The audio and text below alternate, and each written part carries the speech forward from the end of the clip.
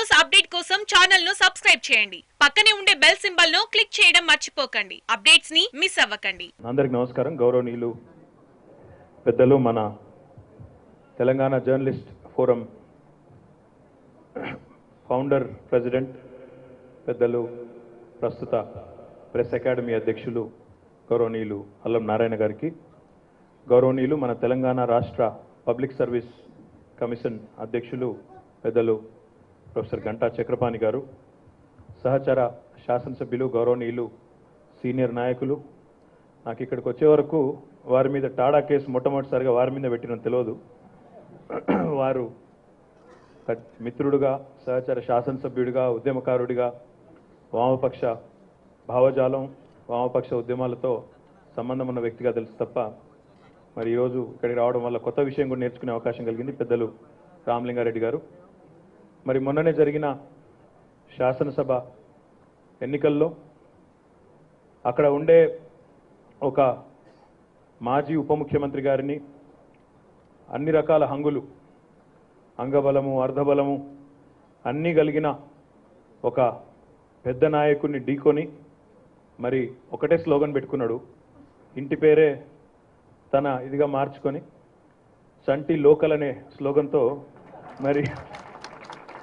మరి అక్కడ ఒక జైంట్ కిల్లర్గా అక్కడ మాజీ ఉప ముఖ్యమంత్రి గారిని ఓడించి ఈరోజు మీ అందరి మధ్యన శాసనసభ్యుడిగా ఇక్కడికి వచ్చేసిన గౌరవనీయులు సహచర శాసనసభ్యులు చంటి క్రాంతి కిరణ్ గారికి, అదే రకంగా వేదికపైన ఆసీనులైన గౌరవ పెద్దలు శ్రీనివాసరెడ్డి గారు, శ్రీనివాసరావు గారు, రమణ గారు, యూసుఫ్ బాబా గారు, అప్పిరెడ్డి గారు, కవిత గారు, శ్రీనివాసరెడ్డి గారు, ఇంకా వేదికపైన ఆసీనులైన వివిధ జిల్లాల నుంచి విచ్చేసిన TUWJ బాధ్యులందరికీ, వేదిక ముందున్న మా కలం మిత్రులందరికీ పేరు పేరున తెలంగాణ రాష్ట్రంలోని అన్ని జిల్లాల నుంచి కూడా విచ్చేసిన కలం మిత్రులందరికీ హృదయపూర్వకంగా నమస్కారాలు.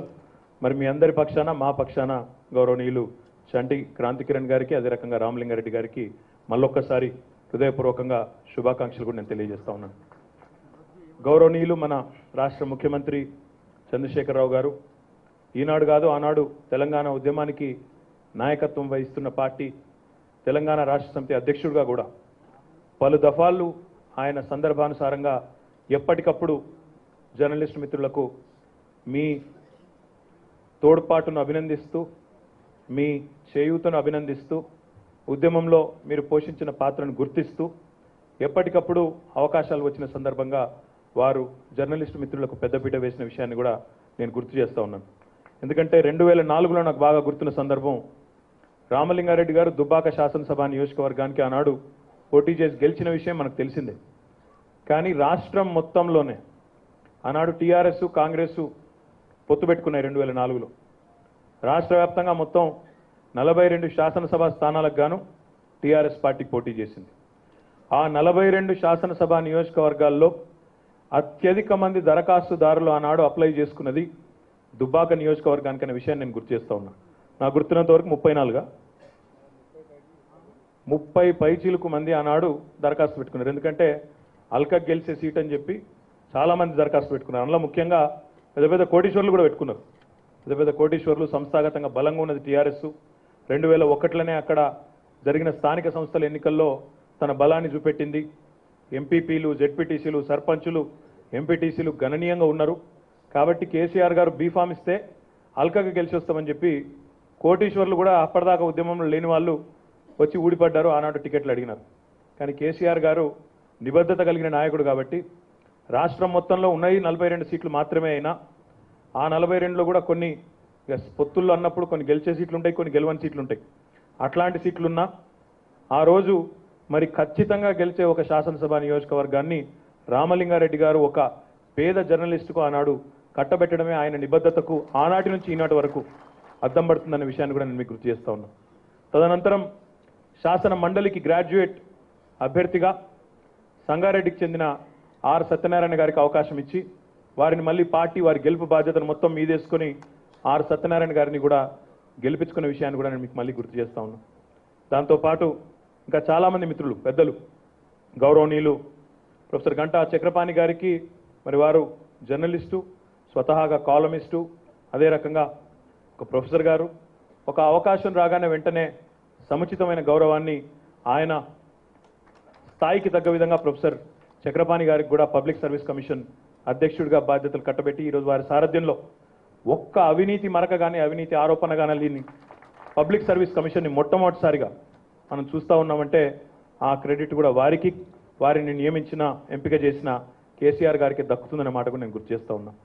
అదే రకంగా రాజ్యసభలో మన పార్టీ ఫ్లోర్ లీడరు, మన పార్లమెంటరీ పార్టీ అధ్యక్షుడు గౌరవనీయులు కె కేశవరావు గారు, వారు కూడా పూర్వాశ్రమంలో జర్నలిస్ట్ అనే విషయం కూడా మీ అందరికీ కూడా తెలుసు. ఆ రకంగా స్థానిక సంస్థల నుంచి ఢిల్లీ దాకా ఎక్కడ ఎలాంటి అవకాశాలు మరి వారి వారి స్థాయికి తగ్గ విధంగా సందర్భానుసారంగా జర్నలిస్ట్ మిత్రులకు పెద్దపీట వేసి గౌరవించుకున్న సంస్కారం ఉన్న పార్టీ టీఆర్ఎస్ అనే మాట కూడా నేను మీకు గుర్తు చేస్తా ఉన్నా.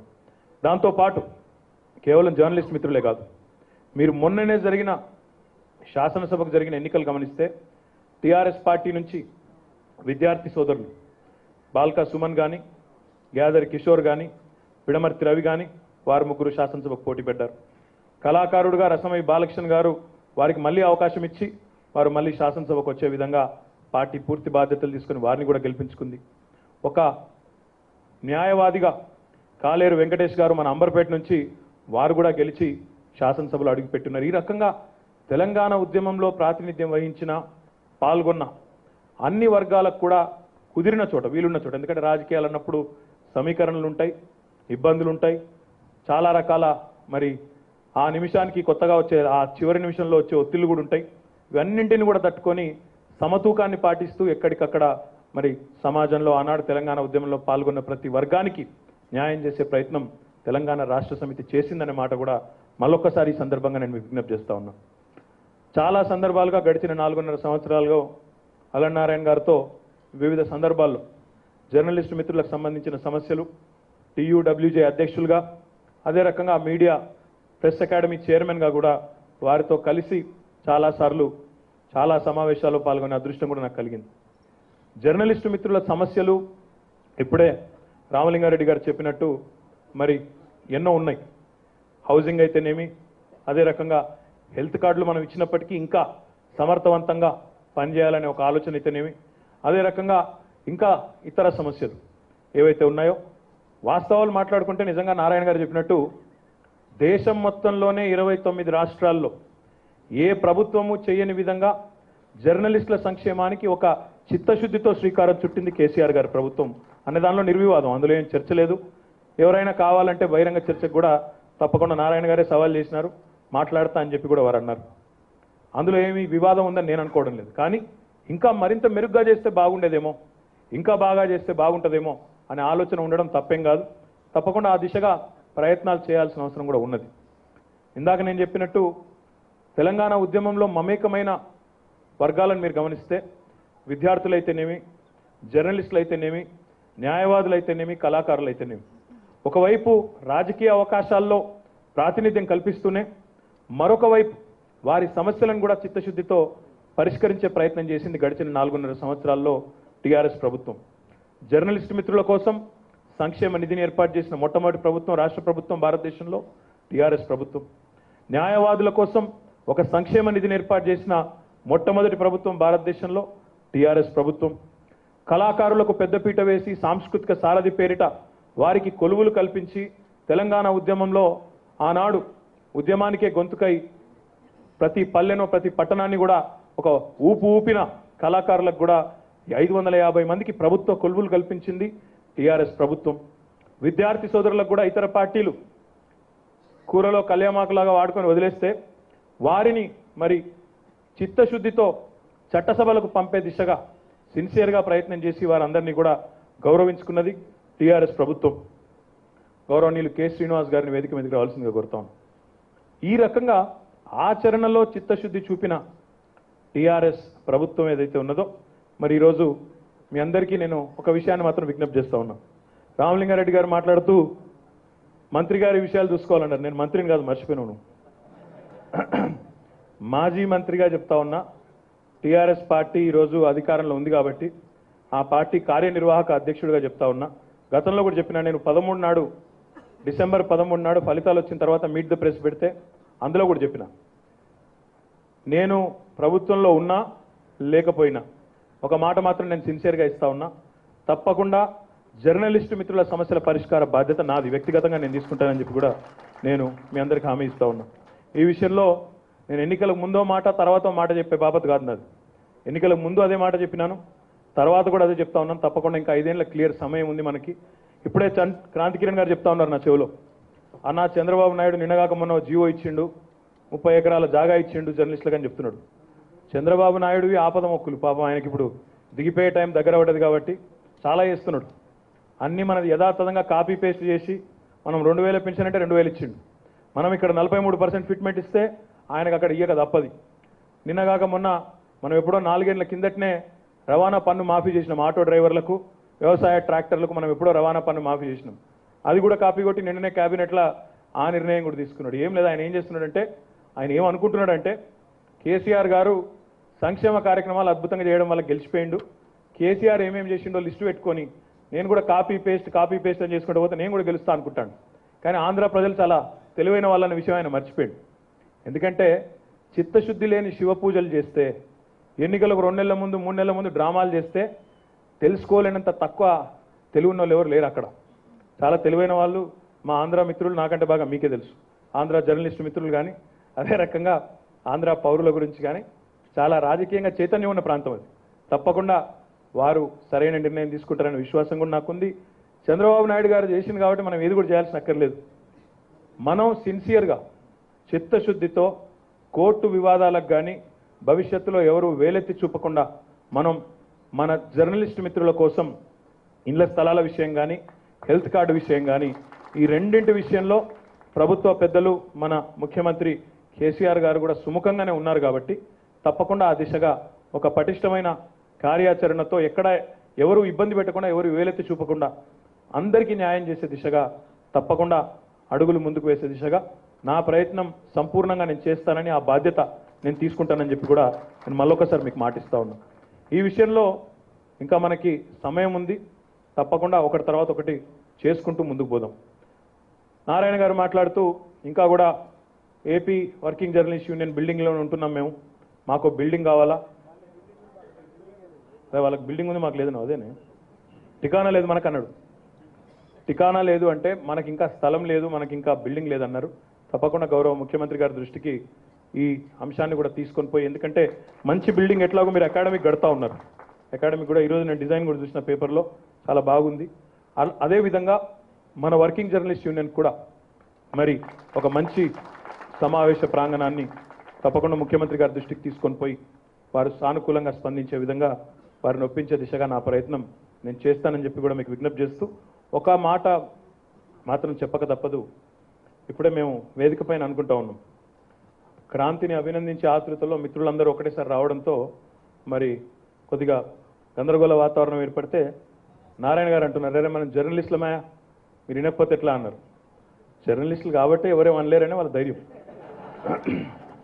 మిమ్మల్ని రాజకీయ నాయకులు అనలేరు అంటే మేము మీ దయాదాక్షిణ్యాల మీద మేము ఉండాలి.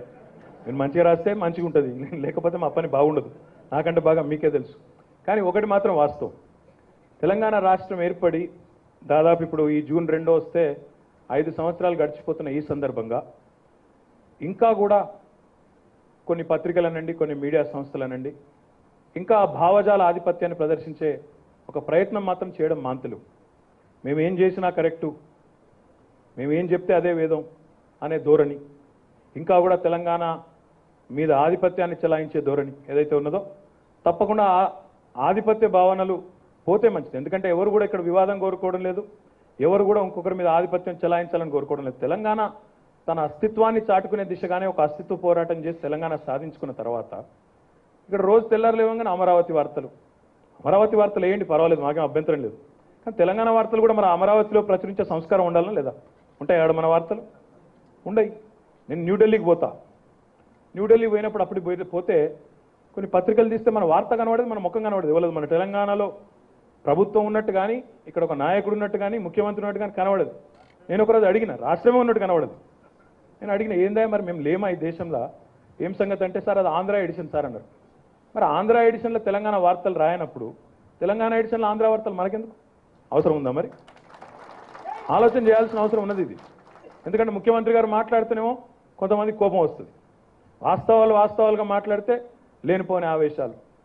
నా విజ్ఞప్తి ఏమంటే, నేను మొన్న ముఖ్యమంత్రి గారు కూడా చెప్పినారు, నేను కూడా అంటా ఉన్నా, ఎక్కడో దగ్గర తెలంగాణ భావజాలాన్ని అణువణువున నింపుకొని పనిచేస్తున్న పత్రికలను తప్పకుండా ప్రభుత్వం కూడా ప్రోత్సహించవలసిన అవసరం ఉందనేది నా భావం.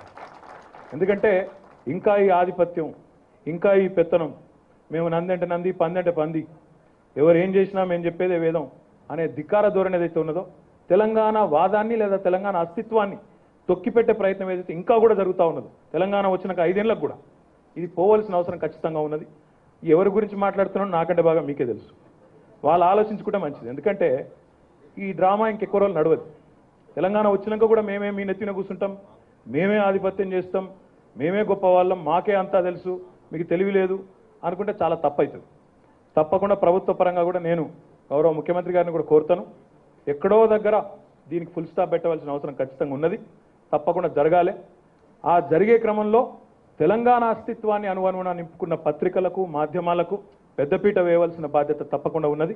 మీ అందరి సహకారం కూడా ఆ సందర్భంగా, ఎందుకంటే ఈ మాట ఎందుకంటా ఉన్నా అంటే, అట్లాంటి ప్రయత్నం ఏదైనా మనం చేస్తే ఏం చేస్తారు, వెంటనే ఫ్రీడమ్ ఆఫ్ ఎక్స్ప్రెషన్ని తొక్కేస్తున్నారు, మీడియా గొంతు నులుముతున్నారు, ఇష్టారీతన వ్యవహారం చేస్తున్నారని మళ్ళా మొత్తం మీడియా మొత్తం మీద జరుగుతున్న దాడిగా కొంతమంది చిత్రీకరించే ప్రయత్నం కూడా చేస్తారు. ఆ అరాచకపు ప్రచారానికి దయచేసి మా మిత్రులు లొంగిపోద్దని నేను కోరుతా ఉన్నా. ఎందుకంటే 5 ఏళ్ళ ఈ తెలంగాణ వచ్చిన తర్వాత కూడా ఇంకా కూడా ఇదే రకమైన దాడి, ఇదే రకమైన ధోరణి కొనసాగడం తెలంగాణ సమాజానికి ఎంతవరకు మంచిదని విజ్ఞులు, పెద్దలు, వేదిక మీద కూర్చున్న వాళ్ళందరూ కూడా ఆలోచించాలని చెప్పి కూడా నేను కోరుతూ, అట్లాంటి సందర్భం వచ్చినప్పుడు, అలాంటి నిర్ణయాలు తీసుకోవాల్సిన సందర్భం వచ్చినప్పుడు కానీ, తెలంగాణ అస్తిత్వాన్ని ఘనంగా ప్రతిష్ఠించుకునే సందర్భం వచ్చినప్పుడు కానీ, తప్పకుండా తెలంగాణలోని కలం మేధావులందరూ, కలం వీరులందరూ కూడా తెలంగాణ ఉనికి వైపు, తెలంగాణ అస్తిత్వం వైపు మీ తెలంగాణ జర్నలిస్ట్ ఫోరం కూడా సగౌరవంగా నిలబడాలని చెప్పి కూడా కోరుతూ, మళ్ళీ ఒకసారి అవకాశం ఇచ్చిన పెద్దలు అల్ల నారాయణ గారికి, అదే రకంగా శాసనసభ్యుడిగా ఎంపికై ఇక నుంచి శాసనాలు చేస్తూ, ఆ శాసనాల్లో కూడా జర్నలిస్టుల సంక్షేమాన్ని కాంక్షించే శాసనాలు కూడా చేయబోతున్న క్రాంతి కిరణ్ గారికి, రామలింగారెడ్డి గారికి, వేదిక పైన ఉన్న పెద్దలందరికీ కూడా మళ్ళొకసారి ధన్యవాదాలు తెలియజేస్తూ, జై తెలంగాణ. Thanks for watching.